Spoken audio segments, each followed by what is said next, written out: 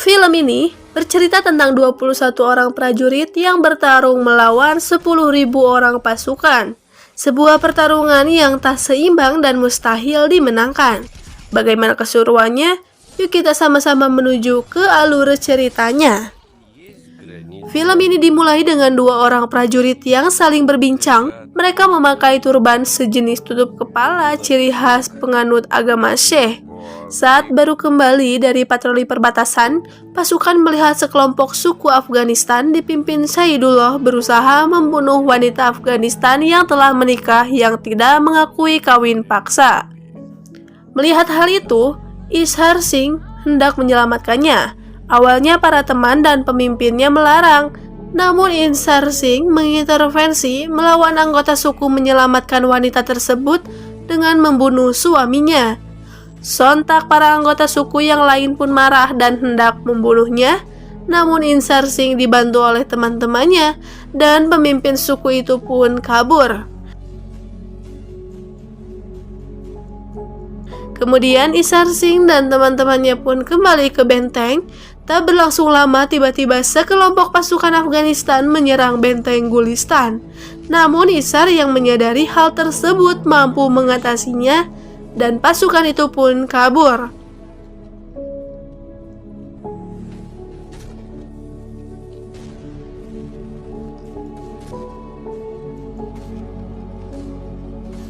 Buntut dari permasalahan itu, Ishar Singh pun dihukum.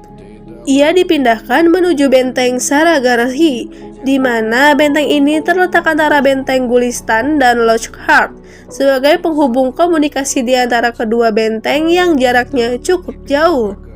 Saat Ishar sampai di sana, ia mendapati pasukan dalam kekacauan. Dia segera menegakkan kedisiplinan dengan menghukum semua orang hidup tanpa makan selama seminggu penuh. Pasukan itu awalnya marah, namun kemudian menghormati Ishar ketika mengetahui dia juga hidup tanpa makanan. Scene pun berpindah. Akibat kekalahan sebelumnya, Saidullah membentuk aliansi antara suku-suku Afghanistan dan memotivasi mereka melalui serangan menuju wilayah India.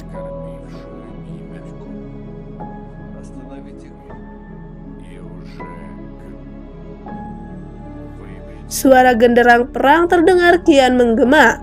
Perwira komandan Inggris bernama Kolonel John Houghton dari benteng Lockhart yang melihat kedatangan pasukan Afghanistan menuju Sagarhi memberitahu kepada Ishar.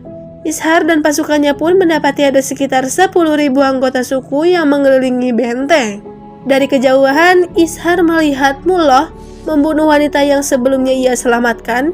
Melihat hal itu, Ishar mengumpulkan semua pasukannya. Mereka semua 21 orang berikut Ishar, serta 1 orang koki.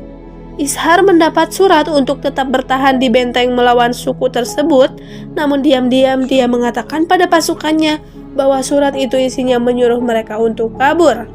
Jelas hal ini Ishar melakukan bukan tanpa tujuan. Ia bermaksud agar pasukannya mau bertarung sepenuh hati, dan hal ini pun sukses memecut semangat bertarung yang tak pernah disangka-sangka. Dari atas benteng, Ishar menembakkan senjatanya. Pihak musuh meremehkannya karena secara logika peluru itu tidak akan sampai. Namun fakta berkata lain. Peluru itu pun mendarat dengan mantap di sasaran. Kuda Da'ad menemui Ishar. Ia pun diberi tugas memberi minum prajurit, baik dari pihaknya maupun dari pihak musuh. Dan di situ Afghanistan memulai pertempuran. Terjadi baku tembak antara kedua pasukan.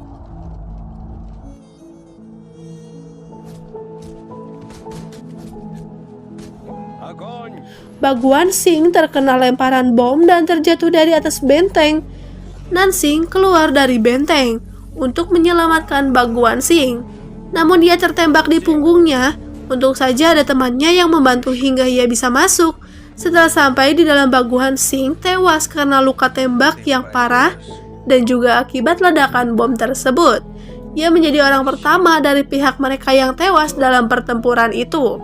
Gurmukh Singh menjadi pasukan tidak berpengalaman, tidak bisa bertarung. Sebab itu Ishar memintanya terus memberikan informasi terbaru dari pertempuran ini. Ishar menemui Ram Singh yang menyuruhnya menggantikan posisi Bhagwan Singh yang telah tiada. Seketika terdengar suara panggilan. Pasukan musuh pun serentak mundur. Gurmuk mengabarkan bahwa bantuan akan tiba besok pagi. Mendengar hal itu, Ishar Singh memutuskan untuk memperpanjang pertempuran mencegah orang-orang Afghanistan maju menuju benteng Gulistan dan juga Lokhar. Setelah itu Ishar Singh ditemani Lal Singh dan Kuda Daad keluar benteng dan menemui perwakilan pasukan Afghanistan untuk negosiasi. Di sana ia bertemu dengan Khan Masud, pemimpin suku Afridi, Gul Badsas, pemimpin suku Orakzai, dan Mullah Saidullah penasehatnya. Di tengah negosiasi, Kuda Daad memberi minum pasukan musuh yang tergeletak, namun nampaknya hal itu tak disukai oleh Mullah, dan dia menumpahkan air tersebut. Diam-diam dari belakang pasukan pengebom musuh mencoba memasuki benteng dan mereka memasang bomnya di sana. Namun hal itu diketahui Ishar Singh, ia lalu memanggil Uttam Singh dan membawa 2 orang pembawa bom yang tertangkap itu. Ia mengembalikan mereka berdua dengan wajah yang tertutup. Setiba di tengah pasukan, teman yang lainnya membuka penutup wajah tersebut dan ternyata isinya pematik bom yang meledakkan bom mereka sendiri. Pertempuran pun terjadi lagi, pasukan musuh menyerang dan disambut tembakan dari atas benteng.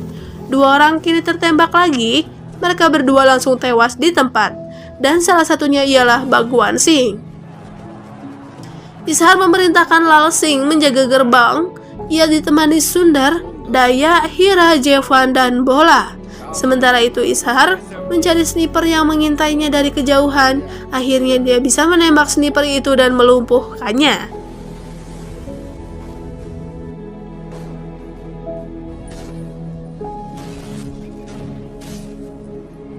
Dan terjadilah baku tembak di gerbang benteng.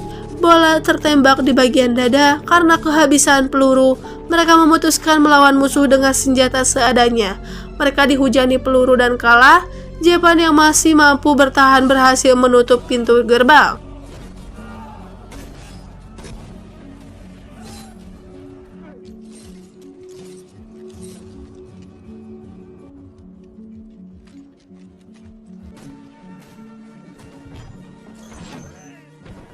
Pasukan kehabisan peluru sementara musuh masih terus menggempur dengan jumlah yang banyak. Pelan-pelan para musuh memasuki benteng. Mereka menggempur tak henti-henti menghabisi seluruh pasukan. Ishar melawan pasukan tersebut tanpa takut meski ia diserbu banyak orang dan meski penuh luka di badannya.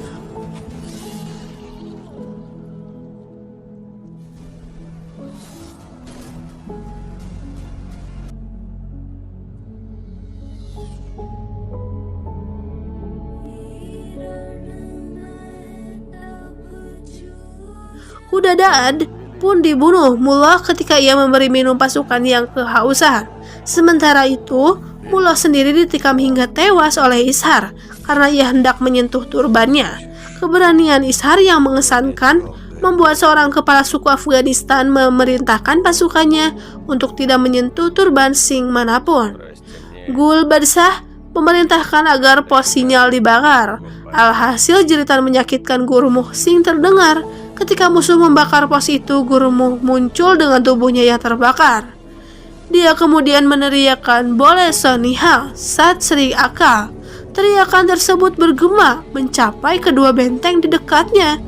Gurmukh kemudian meraih Gul Badsah dan juga memicu granat yang menempel di tubuhnya sehingga terdengar bom, mengakibatkan ledakan yang sangat besar. Dan film ini pun selesai.